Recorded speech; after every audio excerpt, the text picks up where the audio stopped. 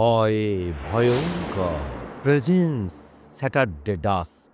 রহস্য, উত্তেজনা, রোমাঞ্চ প্রতি শনিবার। আমাদের গ্রামখানি অনেকটা উপদ্বীপের মতো। তার পূর্ব ও উত্তর দিক দিয়ে একটি নদী প্রবাহিত হয়ে পশ্চিম দিকে আরেকটি বড় নদীর ভিতর গিয়ে পড়েছে। পৃথিবীর মাটির সঙ্গে আমাদের গ্রামের অবিচ্ছিন্ন যোগ আছে কেবল দক্ষিণ দিকে। কিন্তু সে যোগটুকু না থাকলেও আমরা হয়তো দুঃখিত হতুম না। আমাদের গ্রামের উত্তর প্রান্তে নদীর কিনারায় যে শ্মশান আছে, এই অঞ্চলে তার চেয়ে বড় শ্মশান আর নেই। এবং সেই শ্মশানে শবদাহ করবার জন্যে দূর থেকেও লোক আসে ওই দক্ষিণ দিক দিয়েই। এখানে যে শ্মশানেশ্বর মহাদেব বিরাজ করছেন, তিনি নাকি অত্যন্ত জাগ্রত দেবতা। যদিও তিনি যে নিদ্রাগত না হয়ে অহরহই জাগ্রত হয়ে আছেন এমন কোনো প্রমাণ আমরা পাইনি। কিন্তু অধিকাংশ লোক আছেন এখনো সেই কথা বিশ্বাস করেন। অতএব দেবতার মহিমায় এখানকার শ্মশানটি পরিণত হয়েছে মহা শ্মশানে। শবযাত্রীদের অস্বাভাবিক ও তীক্ষ্ণ কণ্ঠ থেকে ঘন ঘন হরিবোল হরিবোল ধ্বনি উঠে আমাদের গ্রামের আকাশ বাতাসকে মুখরিত করে তোলে যখন তখন।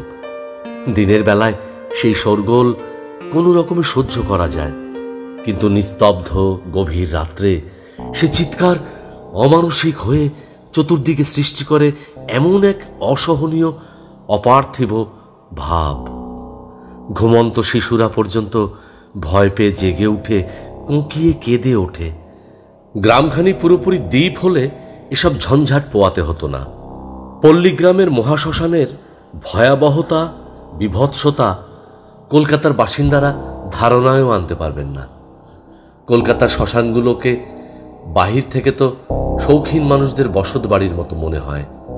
তাদের ভিতরটাও জীবন্ত জনতার আনাগোনায় ও কণ্ঠস্বরে সর্বদাই শব্দিত হয়ে থাকে। এমনকি সেখানে অমাবস্যার রাত্রির অন্ধকার ঘুচিয়ে দেয় বহু ইলেকট্রিকের বাতি। নমস্কার বন্ধুরা, প্রতি শনিবারের মতো আজও হাজির ভয়ে ভয়ঙ্কর চ্যানেলের স্যাটারডে ডাস্কের রহস্যাবৃত গল্প পাঠের আসরে। আজকের অনুষ্ঠানে পরিবেশিত হচ্ছে গল্প পাঠ আগন্তুক। লিখেছেন হেমেন্দ্র কুমার রায়। শুনতে থাকুন রহস্যাবৃত অনুগল্প আগন্তুক।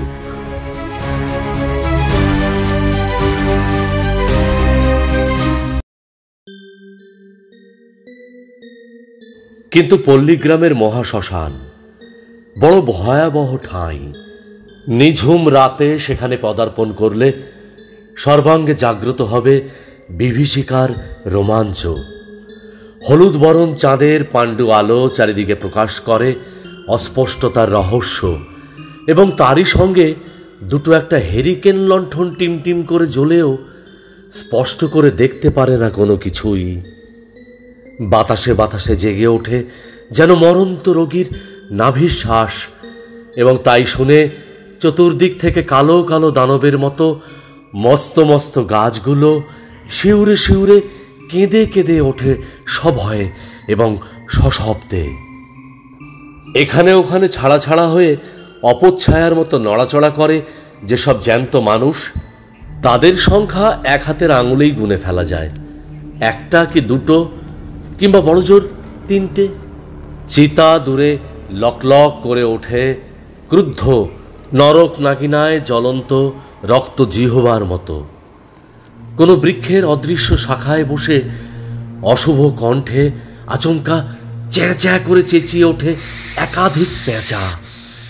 চমকে দেয় জীবন্তদের অন্তরাত্মাকে। স্থানে স্থানে রাশিকৃত ভাঙা কলসি ও মাংসহীন অস্থি প্রকৃতির সঙ্গে পড়ে থাকে কোনো অগ্নিদগ্ধ মানুষের ভয়াল দেহাবশেষ। কারণ এখানে শহরের মতো সবসময় মৃতদেহকে নিঃশেষে পুড়িয়ে ফেলা যায় না, সম্ভবও হয় না। দূরে আনাচে কানাচে যেখানে চোখ যা কিছু দেখে সব ছায়া ছায়ার মতো, সেখানে হয়তো মানুষের আধপোড়া দেহের অংশবিশেষ নিয়ে মারামারি, টানাটানি, ছেঁড়াছেড়ি করে শৃগাল কুকুরের দল।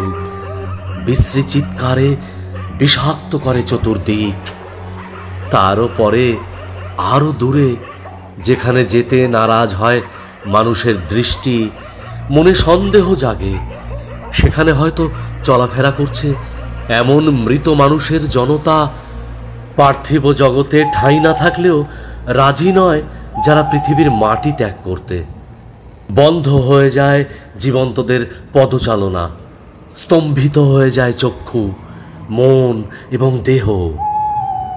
তার ওপর থেকে থেকে মাথার ওপর ডানা ঝটপট করতে করতে উড়ে যায় নিশীথিনীর বৃহত্তম কালো প্রজাপতির অমঙ্গলকর ও নির্বাক বাদুড়ের দল।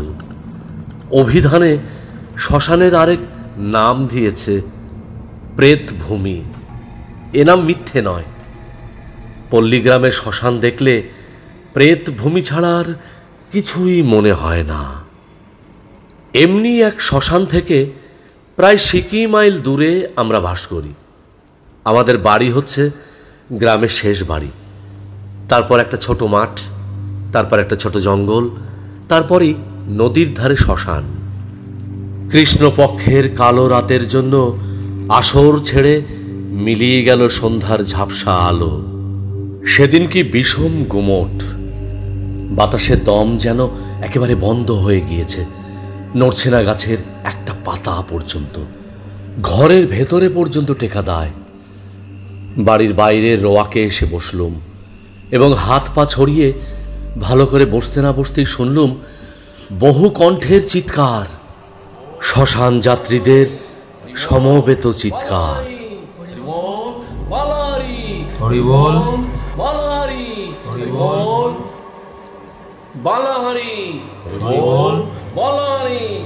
ঝিল্লি মুখর উত্তপ্ত অন্ধকার রাত্রে এই মৃত্যু ধ্বনি মনের মধ্যে জাগিয়ে তুলল অশান্তি।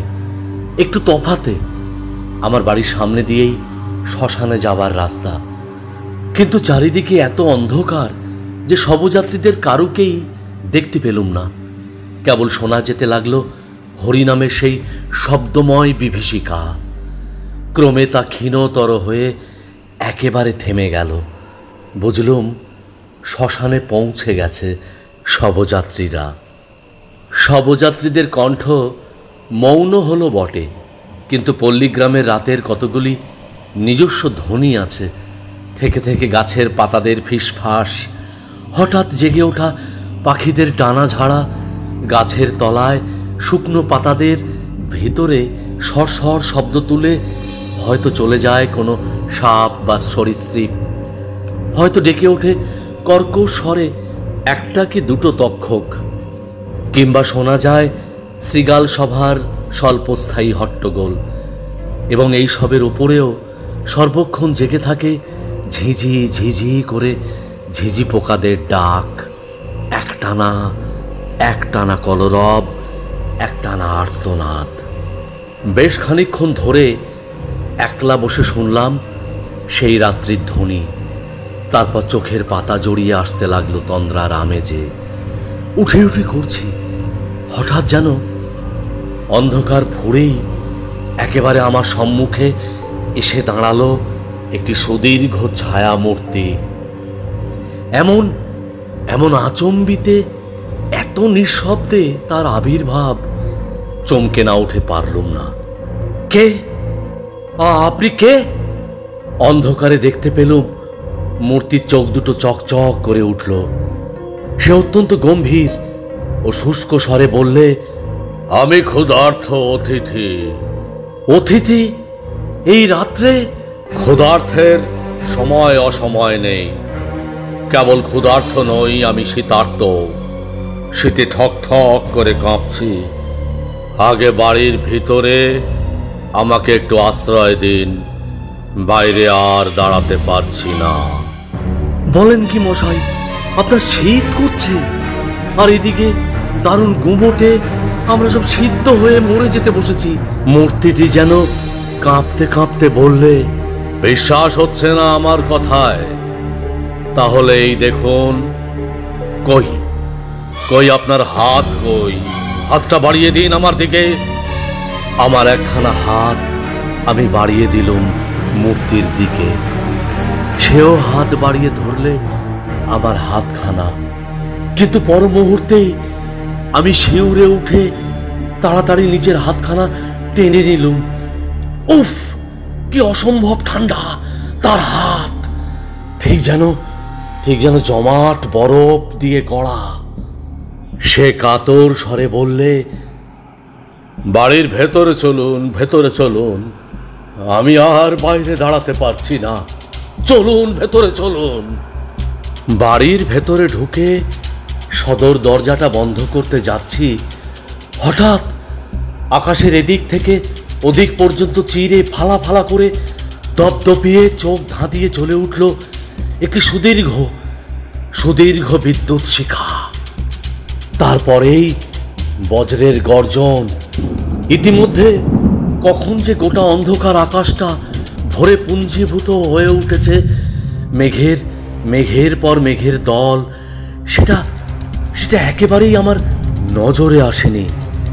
বোধহয় বৃষ্টি পড়তে আর দেরি নেই। বৈঠকখানায় প্রবেশ করে টেবিল ল্যাম্পটা উস্কে দিলুম। তারপর কৌতূহলী দৃষ্টি ফেললুম সেই ক্ষুধার্ত অতিথির দিকে। অদ্ভুত, সবই অদ্ভুত। যেমন ঠ্যাঙা তেমনি রোগা তার দেহ, খালি গা, খালি পা, কোমরে জড়ানো একখানা নতুন কাপড়। দেহের কোথাও যেন মাংস নেই, কেবল চাদর দিয়ে ঢাকা আছে তার হাড়গুলো। কুচকুচে কালো রং, মাথায় বড় বড় চুল বিশৃঙ্খল, মুখের দুই পাশ চুপসে বসে গিয়েছে, শুকনো ঠোঁট দুটো ঠেলে দাঁতগুলো সব বেরিয়ে এসেছে বাইরে, যেন মূর্তিমান দুর্ভিক্ষ। আর কি ভুভুক্ষু তার দৃষ্টি। জানি না বুকের কাছটা কেমন ছমছম করে উঠল। সঙ্গে সঙ্গে শুনলাম বাড়ির বাইরে ঝড়ের চিৎকার। থর থর করে কেঁপে উঠে আগন্তুক বললে, ও কি ঠান্ডা হাওয়া আসছে, জানালা বন্ধ করে দিন, জানালাটা বন্ধ করুন। জানালাগুলো বন্ধ করে দিয়ে দাঁড়িয়ে বললুম, মহাশয়ের কি কোনো ব্যামো ট্যামো হয়েছিল? ব্যামো? হ্যাঁ, হয়েছিল বই কি, শক্ত ব্যামো। সুবিধে পেয়ে শত্রুরা আমাকে জমের বাড়িতে পাঠাতে চেয়েছিল, তাই তো আমি তাদের ফাঁকি দিয়ে পালিয়ে এসেছি এখানে। শত্রু আবার কারা? জ্ঞাতি শত্রু মশাই, জ্ঞাতি শত্রু। তাছাড়া আবার জমের বাড়ি পাঠাতে চাইবে কে? কার এত সাধ্যি? আপনার কথা আমি ভালো করে বুঝতে পারছি না। তারা কি আপনাকে খুন করতে চেয়েছিল? বেশি কথা বলবার শক্তি আমার নেই। শুনছেন না, ঝড়ের সঙ্গে আবার বৃষ্টি নামলো। পৃথিবী এখনই ভাসবে, শীত বাড়বে, আরো বাড়বে। আমি শীতার্ত, আমি ক্ষুধার্ত। ও কি খিদে পেয়েছে আমার, আমি ক্ষুধার্ত। কিছু খেতে দিন মশাই, আগে কিছু আমায় খেতে দিন। এত রাতে বাড়ির সকলেরই খাওয়া দাওয়া হয়ে গেছে, তবুও চেষ্টা করে দেখছি। একটুখানি অপেক্ষা করুন, কিন্তু কিছু দিতে পারবো বলে তো মনে হয় না। তবুও দেখি, যা পারেন তাই দিন। ও শত্রুরা না খাইয়ে মারবে বলে কতদিন আমাকে কিছু খেতে দেয়নি, কতদিন আমি উপোস করে আছি, কিছু খেতে দিন। বাড়ির ভেতরে গিয়ে কোনো রকমে সংগ্রহ করলুম কিছু ভাত, কিছু তরকারি, খানতিনেক রুটি, 2টি সন্দেশ ও 4টি নারকেল নাড়ু।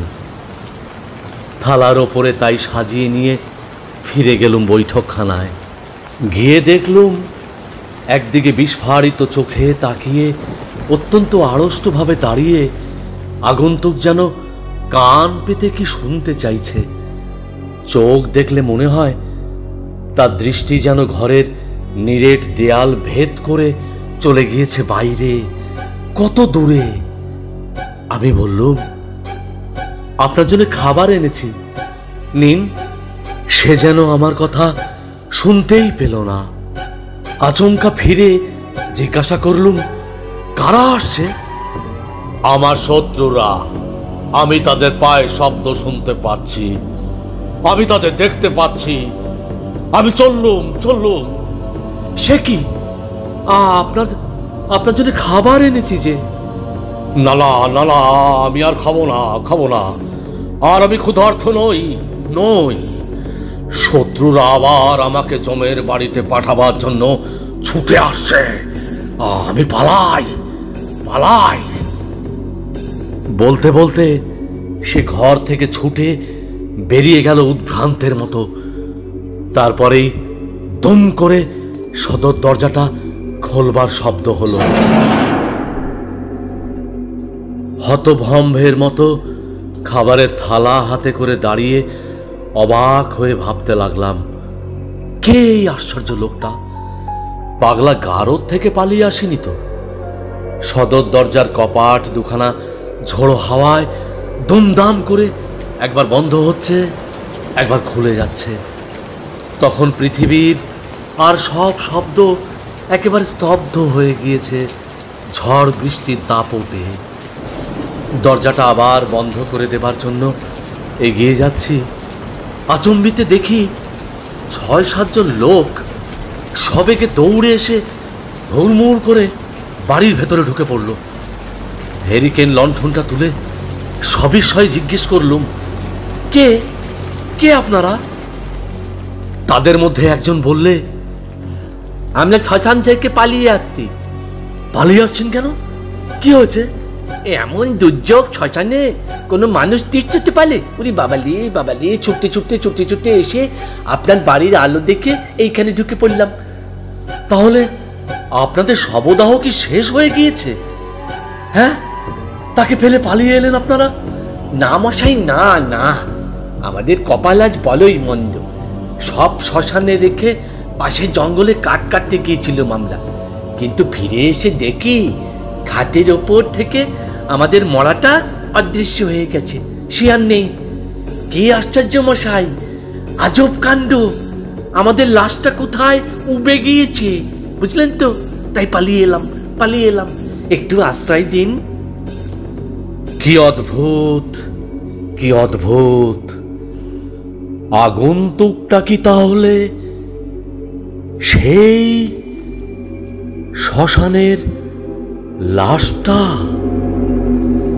কি জানি, কিছুই বুঝতে পারি না।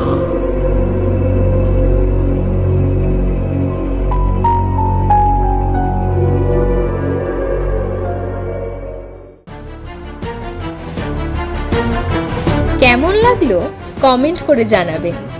আপনাদের মতামত আমাদের কাছে অত্যন্ত গুরুত্বপূর্ণ। ভালো লাগলে চ্যানেলটিকে সাবস্ক্রাইব করে অল নোটিফিকেশনস অন করে পাশে থাকবেন। আসছি আগামী পর্বে নতুন কিছু নিয়ে। ভালো থাকবেন। ধন্যবাদ।